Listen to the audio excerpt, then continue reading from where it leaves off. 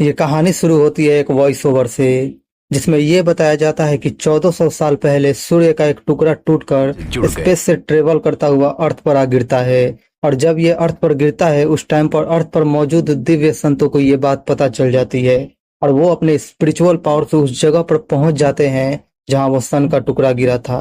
वो उस पत्थर से लोगों का इलाज करना शुरू करते हैं क्योंकि उस पत्थर में हीलिंग पावर्स थी। इसके बाद कहानी प्रेजेंट में आती है जहां ये दिखाया जाता है कि आर्कियोलॉजिकल डिपार्टमेंट के कुछ लोग शायद उसी स्टोन को ढूंढ रहे होते हैं। इसके बाद एंट्री होती है इस फिल्म के हीरो की, जिसका नाम होता है इंद्रजीत। वो फ्लाइट से गोवा जाता है और वहां जाकर वो ex archaeological director Mahadev Ramana की टीम को ज्वाइन करता है जो एक सीक्रेट प्रोजेक्ट पर काम कर रहे थे। तभी इसी दौरान एक और कैरेक्टर की एंट्री होती है जो होता है एक निगेटिव कैरेक्टर, और वो होता है आर्कियोलॉजिकल डायरेक्टर कपिल शर्मा। कपिल शर्मा को शुरू से ही शक होता है कि महादेव रमना किसी अनऑफिशियल सीक्रेट प्रोजेक्ट पर काम कर रहे हैं। इसी का पता लगाने के लिए वो महादेव रमना के घर जाता है और बड़ी ही चालाकी से प्रोफेसर महादेव रमना के सीक्रेट लैब में जाकर उनके प्रोजेक्ट के बारे में सारी डिटेल्स ले लेता है। और यहाँ से पता चलता है कि महादेव रमना उसी स्टोन को ढूंढने के प्रोजेक्ट पर काम कर रहे थे। इसके बाद जब महादेव रमना को पता चलता है कि उनके प्रोजेक्ट के बारे में कपिल शर्मा को पता चल चुका है तो वो बहुत गुस्सा होते हैं, क्योंकि वो नहीं चाहते थे कि कपिल शर्मा को उनके प्रोजेक्ट के बारे में पता चले, क्योंकि उन्हें पता था कि कपिल शर्मा उनके प्रोजेक्ट के डिटेल्स को बाहर के देशों में बेच देगा। इसके बाद महादेव रमना अपनी टीम और इंद्रजीत को बताते हैं कि जब उन्हें सस्पेंड किया गया था तब वो अपने गांव चले गए थे, जहां पर उन्हें अपने दादाजी के लिखे हुए कुछ पुराने स्क्रिप्चर्स मिले थे। इन स्क्रिप्चर्स को पढ़ने के बाद महादेव रमना को पता चलता है कि उनके दादाजी ने उस स्टोन को ढूंढ लिया था, पर तभी उनकी अचानक ही मौत हो गई थी।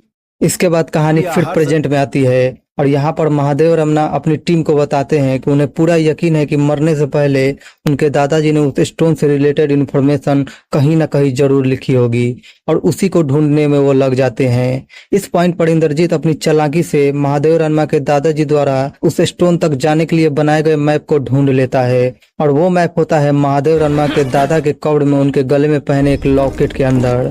इंद्रजीत जैसे मैप लेकर आ रहा होता है तभी उसे कपिल का कॉल आता है और वो महादेव रमना को छोड़ने के बदले मैप का सौदा करता है।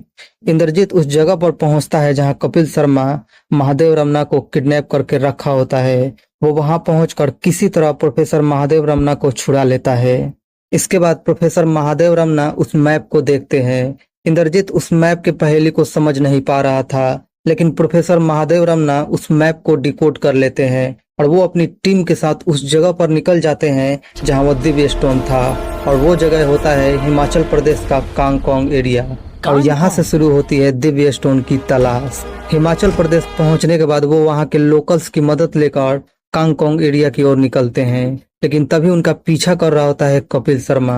दरअसल प्रोफेसर महादेव रमना के टीम में एक मेंबर कपिल शर्मा से मिला हुआ था। वो लगातार इंफॉर्मेशन और लोकेशन कपिल शर्मा को भेज रहा था, जिससे वो उन लोगों का पीछा कर रहा होता है। इधर प्रोफेसर रमना अपनी टीम के साथ लगातार आगे बढ़ रहे होते हैं उस दिव्य स्टोन की तलाश में, लेकिन तभी रास्ते में ही उस एरिया के दूसरे गुंडे उन्हें पकड़ लेते हैं और बंदी बना लेते हैं, क्योंकि उन्हें लगता था कि इनके पास खजाने का नक्शा है। इसके बाद महादेव की टीम किसी तरह वहां से भाग निकलती है और वो एक जंगल में पहुंच जाते हैं, जहां पर उनकी टीम के एक मेंबर को एक जहरीला कीड़ा काट लेता है, जिससे उसकी हालत खराब हो जाती है। उसकी जान बचाने के लिए सभी लोग उसे एक पास के गांव में ही लाते हैं, जहां पर उसे बचा लिया जाता है। तभी इसी दौरान एक मेंबर जो कपिल शर्मा से मिला था वो इनका लोकेशन भेज रहा होता है। तभी प्रोफेसर महादेव उसे पकड़ लेते हैं और उसके सैटेलाइट फोन को तोड़ देते हैं, और वो सभी लोग उस गांव से तुरंत ही निकल जाते हैं, क्योंकि उन्हें शक हो चुका था कि उनका लोकेशन कपिल शर्मा तक पहुंच चुका है। और उनका ये शक तब यकीन में बदल जाता है जब वो कपिल शर्मा को आते देखते हैं। वे लोग उससे बचते हुए आगे बढ़ने लगते हैं। तभी बचने के चक्कर में वो सभी एक झील में गिर जाते हैं, जहां से अलग होकर इंद्रजीत एक खतरनाक गुफा में पहुंच जाता है। गुफा के अंदर काफी अंधेरा होता है, जिसको कम करने के लिए वो गुफा में ही मौजूद एक कंकाल की हड्डी को मसाल बनाकर आगे बढ़ता है। तभी उसे गुफा की दीवारों पर एक शिवलिंग दिखता है। और उसी के नीचे एक छोटा सा पत्थर मिलता है। वो उसे अपने बैग में रखकर आगे बढ़ने लगता है। तभी उसकी नजर एक खुफिया रास्ते पर पड़ी जो कहीं और जा रहा था। वो उस रास्ते से आगे बढ़ने लगता है। तभी उसके शरीर में जहर फैलने लगता है। दरअसल उसे जंगल में ही एक सांप ने काटा होता है जिसके जहर का असर अब हो रहा था। वो उस खुफिया रास्ते से लुढ़कता हुआ नीचे आ गिरता है। वो नीचे एक शिवलिंग को देखता है जिसके इर्द गिर्द पानी था और उस पानी में एक दिव्य पत्थर चमक रहा होता है। वो उसकी तरफ बढ़ता है लेकिन वहां पहुंचने से पहले ही बेहोश हो जाता है। लेकिन तभी उस शिवलिंग के पास से एक नाग निकल कर आता है। वो अपनी पूंछ को जोर से उस पत्थर के आसपास के पानी में मारता है जिससे पानी की बूंदें इंद्रजीत पर पड़ती है और वो ठीक हो जाता है। इसके बाद इंद्रजीत उस पत्थर को लेकर गुफा के बाहर आता है जहाँ पहले से ही प्रोफेसर महादेव रमना अपनी टीम के साथ थे। इंद्रजीत ज्यों ही पत्थर महादेव रमना की तरफ उछालता है त्यों ही वहाँ कपिल शर्मा आ जाता है और वह उस पत्थर को ले लेता है। इसके बाद विलेन और हीरो में काफी देर फाइट्स होती हैं और एंड में वो जादुई पत्थर उसी को मिलता है जो उसका हकदार था। दरअसल इस मूवी के एंड में एक जबरदस्त ट्विस्ट डाली गई है जिसको रिवील करके मैं आपका सस्पेंस खराब नहीं करूंगा। बस इतना ही कहूंगा कि ये ट्विस्ट ऐसी है जिसको शायद ही किसी ने प्रेडिक्ट किया हो। तो दोस्तों ये थी इस मूवी की कहानी। अगर वीडियो पसंद आया तो वीडियो को लाइक और शेयर जरूर करना और चैनल को सब्सक्राइब भी।